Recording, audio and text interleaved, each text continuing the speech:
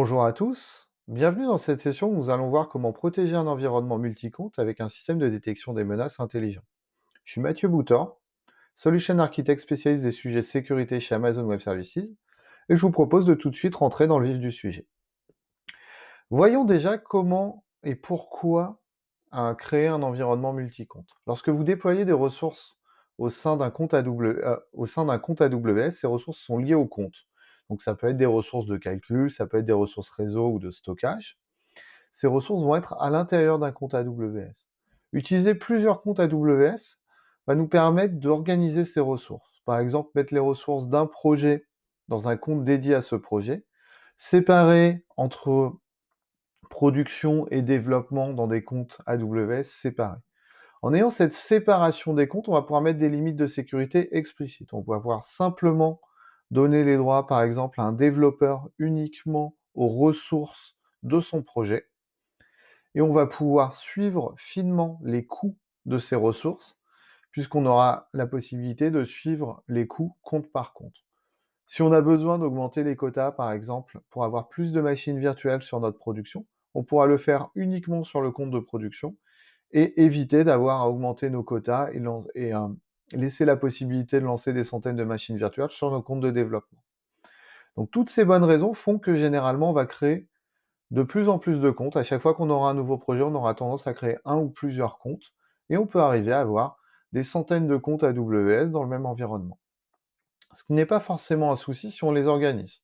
C'est pour ça qu'on va pouvoir utiliser un outil qui s'appelle AWS Organisation. AWS Organisation va nous permettre de créer des unités d'organisation, qu'on peut souvent voir appelées OU, pour Organization Unit. On va pouvoir créer des unités d'organisation pour nos différents projets, pour nos différentes plateformes. Et on va souvent créer aussi une petite unité d'organisation pour la gestion de l'ensemble de notre organisation. Donc par exemple pour nos comptes centraux, pour des besoins d'infrastructure, par exemple pour de la résolution de noms de domaine, pour des mécanismes de filtrage centralisé ou des mécanismes d'interconnexion réseau. Et on va pouvoir aussi créer une unité d'organisation dédiée à notre visibilité sécurité. Dans cette unité d'organisation, on va généralement créer un compte pour l'outillage de sécurité et c'est sur ce compte-là qu'on va aujourd'hui agir et c'est sur ce compte-là qu'on va voir aujourd'hui comment déployer notre système de détection des menaces. Bien entendu, quand on déploie ces différents comptes et ces différentes unités d'organisation, on va pouvoir appliquer des règles et des accès spécifiques à ces différents comptes, à ces différentes unités d'organisation. Donc dans AWS Organisation, on va pouvoir utiliser les SCP, Service Control Policy, pour avoir des règles spécifiques qui s'appliquent soit à des unités d'organisation, soit à des comptes spécifiques. Et on va bien entendu contrôler les accès. Donc par exemple, le compte de sécurité dont on va discuter aujourd'hui, notre compte d'outillage de sécurité, ne sera normalement accessible qu'à nos administrateurs sécurité. Si on résume, on va avoir à gauche peut-être une centaine de comptes avec différentes ressources, que ce soit des machines virtuelles Amazon EC2, des espaces de stockage Amazon S3, des bases de données DynamoDB. Et à droite, on va avoir un seul compte qui va centraliser toutes les remontées d'informations, toutes les remontées sécurité sur un seul compte. L'idée de ces remontées, ça va être d'avoir un tableau de bord centralisé qu'on va bâtir dans AWS Security Hub. Je propose de voir déjà comment on va pouvoir mettre en place cette remontée d'informations sur nos différents comptes. Donc là, j'ai créé une toute petite organisation de test. Je n'ai pas créé toutes mes unités d'organisation, mais j'ai déjà créé une unité d'organisation pour la sécurité dans laquelle j'ai mis mon compte dédié aux outils de sécurité qui va s'appeler SEC. Et j'ai deux comptes pour mes utilisateurs, donc pour mes projets, Cust 1 et Cust 2, où j'ai mes clients internes qui déploient leurs différents projets. Donc si je vais dans ma console GuardDuty, je vais pouvoir aller dans mes paramètres et désigner ce qu'on appelle un administrateur délégué. Quand je désigne un administrateur délégué, je vais tout simplement déléguer à mon compte de sécurité le fait d'avoir la visibilité complète sur ce qui se passe côté Amazon GuardDuty. Je ne vous ai pas encore expliqué ce que fait Amazon GuardDuty, vous inquiétez pas, ça va arriver juste après. Donc je reviens dans mes paramètres et je vois bien que mon administrateur délégué est bien là. Il est bien dans mon organisation et je vais pouvoir faire la même chose sur Security Hub. Donc je vais aller sur Security Hub dans la console et je vais pouvoir désigner mon administrateur délégué. Donc pareil, je vais nommer mon compte de sécurité comme administrateur délégué. Bien entendu, je fais ça aujourd'hui dans la console pour vous montrer comment ça fonctionne. C'est quelque chose que je vais pouvoir automatiser à la création de mes comptes dans mon organisation pour éviter d'avoir à le faire manuellement dans la console à chaque fois. Donc je retourne dans Security Hub pour vérifier que ma modification a bien été prise en compte et je vois bien mon administrateur délégué dans les paramètres de Security Hub. J'ai donc maintenant configuré GuardDuty et Security Hub sur mon compte pour remonter les informations au niveau de mon compte de sécurité. Donc j'ai configuré un service qui s'appelle Amazon GuardDuty. Qu'est-ce que fait Amazon GuardDuty? Amazon GuardDuty va tout simplement collecter un certain nombre d'événements à l'intérieur de mon compte. Que ce soit l'utilisation des buckets S3, l'utilisation des API AWS avec CloudTrail, ou l'utilisation du réseau virtuel, donc du VPC, avec les VPC Flowlog, les flux réseau VPC. Je vais aussi récupérer les journaux de résolution DNS, donc toute résolution de nom effectuée avec les DNS fournis par le VPC va pouvoir aussi être analysée par GuardDuty. Une fois que GuardDuty a collecté ces différents éléments, GuardDuty va s'appuyer sur deux moteurs pour me remonter des activités potentiellement suspicieuses. Un premier moteur de Threat Intelligence. Donc GuardDuty va se baser sur les remontées de Threat Intelligence des équipes de sécurité AWS, mais aussi de partenaires AWS, et va voir si certaines des activités ingérées par GuardDuty sont éventuellement suspicieuses. Par exemple, si j'ai une machine qui a résolu le nom de domaine d'un serveur de contrôle de botnet, GuardDuty va me dire que cette machine est potentiellement infectée par ce botnet et potentiellement impliquée dans des activités malicieuses. En plus de ce moteur de Threat Intelligence, GuardDuty va avoir un moteur de détection d'anomalies. Donc là, GuardDuty va utiliser du machine learning pour voir ce qui est habituel sur ma plateforme et détecter ce qui peut être éventuellement inhabituel. Par exemple, si j'ai une machine qui se met à faire beaucoup de trafic sur un port totalement inhabituel, j'ai peut-être une nouvelle activité malicieuse, j'ai peut-être de l'exfiltration de données. Dans tous les cas, GuardDuty va me le remonter et vraisemblablement, ça sera un bon usage de mon temps que de regarder pourquoi j'ai ce comportement inhabituel. Même si je ne matche pas directement dans le moteur de Threat Intelligence, j'ai probablement un événement de sécurité à analyser. Une fois que GuardDuty va remonter ces informations, on va pouvoir les récupérer dans Security Hub, ce qu'on verra un peu plus tard. On peut aussi les archiver dans un bucket S3 et on peut lancer des actions grâce à CloudWatch Events. Je propose de voir en pratique comment ça fonctionne, donc de revenir tout simplement dans mon organisation de test, et on va aller voir un Cust 1, parce que dans Cust 1, on a généré un certain nombre de ressources et généré un certain nombre d'incidents de sécurité.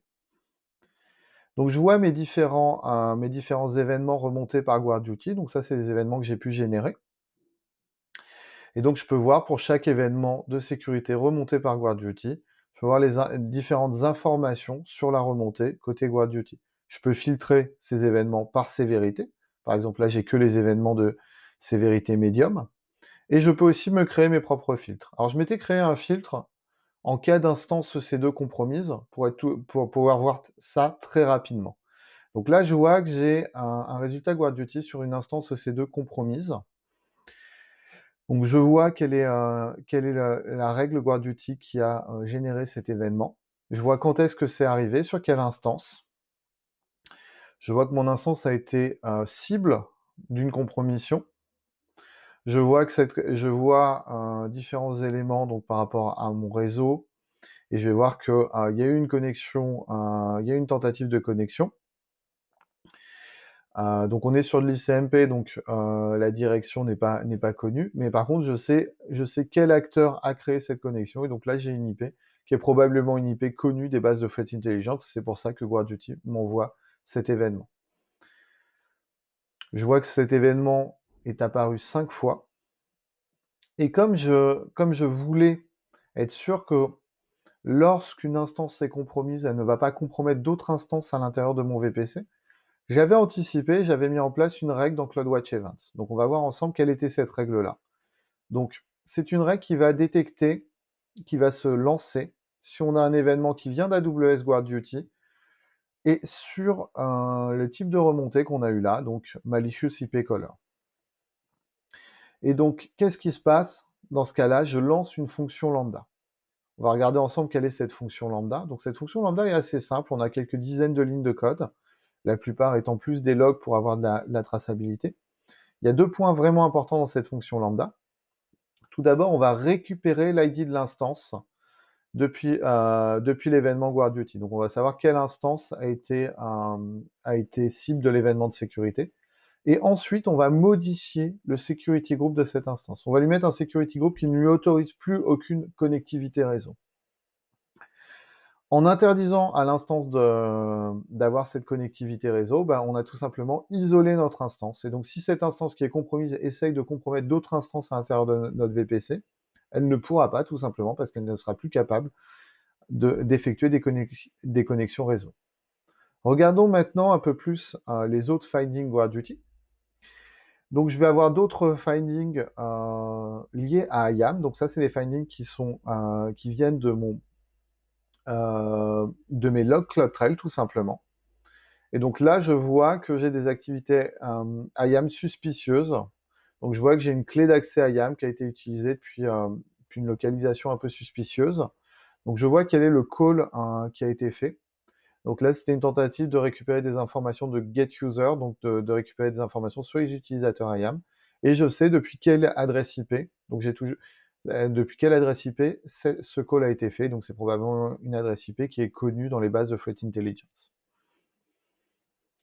Donc je vois d'autres calls côté IAM qui vont me permettre aussi, enfin d'autres calls, d'autres événements liés à des calls IAM qui ont été vus comme suspicieux. Donc à chaque fois, je récupère les différentes informations. Donc là, je vois une tentative de lister des tables dans DynamoDB. Et à chaque fois, je parle de tentative parce qu'on voit bien qu'il y a eu un access denied. Donc l'access key n'était pas autorisé à faire ces calls-là.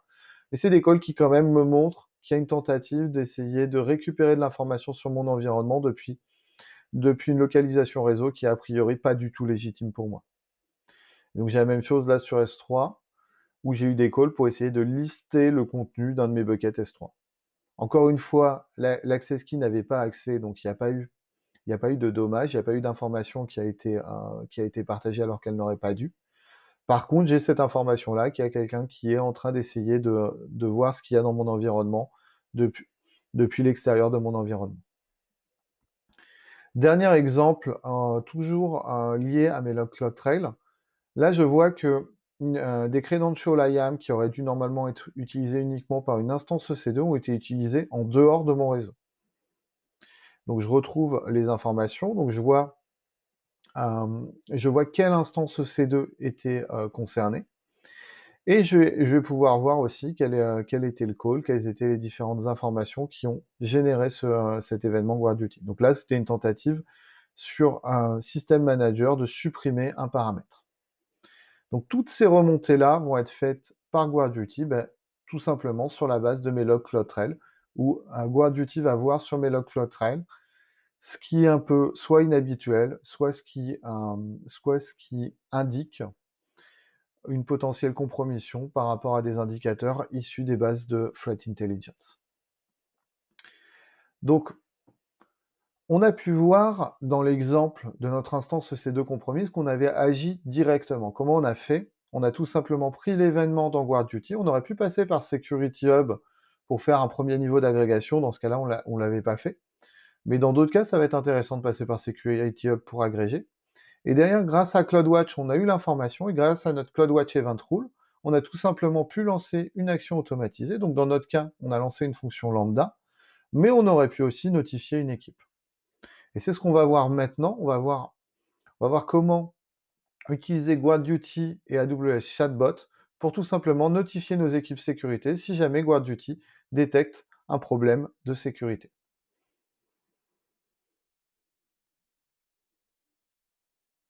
Donc on va aller directement sur notre compte de sécurité au niveau de notre console GuardDuty. Donc on voit bien qu'on a nos différents événements remontés depuis le compte utilisateur. Donc notre administration déléguée fonctionne comme prévu. Donc on voit nos différents On voit les différents comptes qui nous remontent les informations côté GuardDuty. Et maintenant, on va pouvoir configurer tout simplement dans CloudWatch Events le fait de nous notifier directement l'équipe sécurité. L'idée, c'est pas de configurer ça compte par compte, mais de le faire dans notre compte centralisé pour le faire une seule fois pour l'ensemble de notre organisation. Donc là, je vois que j'ai une règle GuardDuty. Donc là, je vais prendre tous les événements GuardDuty. Contrairement à tout à l'heure où je cherchais un événement spécifique pour faire de l'isolation, là, je veux notifier de l'ensemble des événements qui arrivent côté GuardDuty. Donc tout simplement, je fais moi ma CloudWatch rule, donc ma règle CloudWatch sur l'ensemble de mes événements. Ensuite, dans le chatbot, je vais configurer un nouveau client. Donc je vais configurer un client pour notifier sur mon Slack. Donc je vais autoriser AWS Chatbot côté Slack à communiquer. Et je vais pouvoir configurer mes notifications pour dire que dès lors que j'ai une notification, elle va aller sur le channel sécurité. Donc je peux utiliser des channels Slack publics ou privés, sous réserve que Chatbot ait les bons privilèges. Et donc je vais pouvoir créer des notifications. Et comment Chatbot va récupérer ces notifications? Tout simplement, il va utiliser un topic SNS. Donc là, je vais aller dans ma région Irlande sur laquelle j'ai déployé mon GuardDuty, et je vais pouvoir dire que tout ce qui vient du topic SNS GuardDuty Example doit être propagé via chatbot jusqu'à mon Slack. Donc je vois bien mon application Slack AWS qui est arrivée dans mon organisation Slack, et là je vois sur mon channel sécurité les différents findings GuardDuty, mes différents événements remontés par GuardDuty directement dans le channel Slack de mon équipe de sécurité. Et donc maintenant, j'ai toutes les informations directement dans mon outil de communication d'entreprise. Donc on a mis en place cette partie automatisation avec GuardDuty. Tout à l'heure, je vous ai parlé de Security Hub qui allait nous permettre de faire un tableau de bord plus consolidé. L'idée maintenant, ça va être de voir ce qu'on peut faire avec Security Hub. Donc, on récupère nos informations côté GuardDuty, c'est très intéressant. Maintenant, on va essayer d'aller un peu plus loin avec Security Hub. Donc l'idée de Security Hub, ça va être de nous aider à agréger, prioriser toutes les remontées qui peuvent venir de GuardDuty, mais aussi d'autres outils de sécurité. Donc ça peut être des outils de sécurité AWS, comme par exemple Amazon Inspector qui va nous permettre de faire des assessments de sécurité de nos instances EC2, mais ça peut être aussi des intégrations avec des outils tiers de partenaires de sécurité AWS. Et l'idée de Security Hub, ça va être de nous aider justement à avoir cette visibilité centralisée et à agir en un seul point. Et plus agir uniquement sur GuardDuty comme on a vu sur le début de cette démo, mais d'aller agir de manière plus large. Donc regardons un peu comment on peut faire la même chose côté Security Hub. Donc là, je vais aller dans la console Security Hub directement sur mon compte de sécurité. Vous voyez en haut à droite que je suis sur la partie sécurité.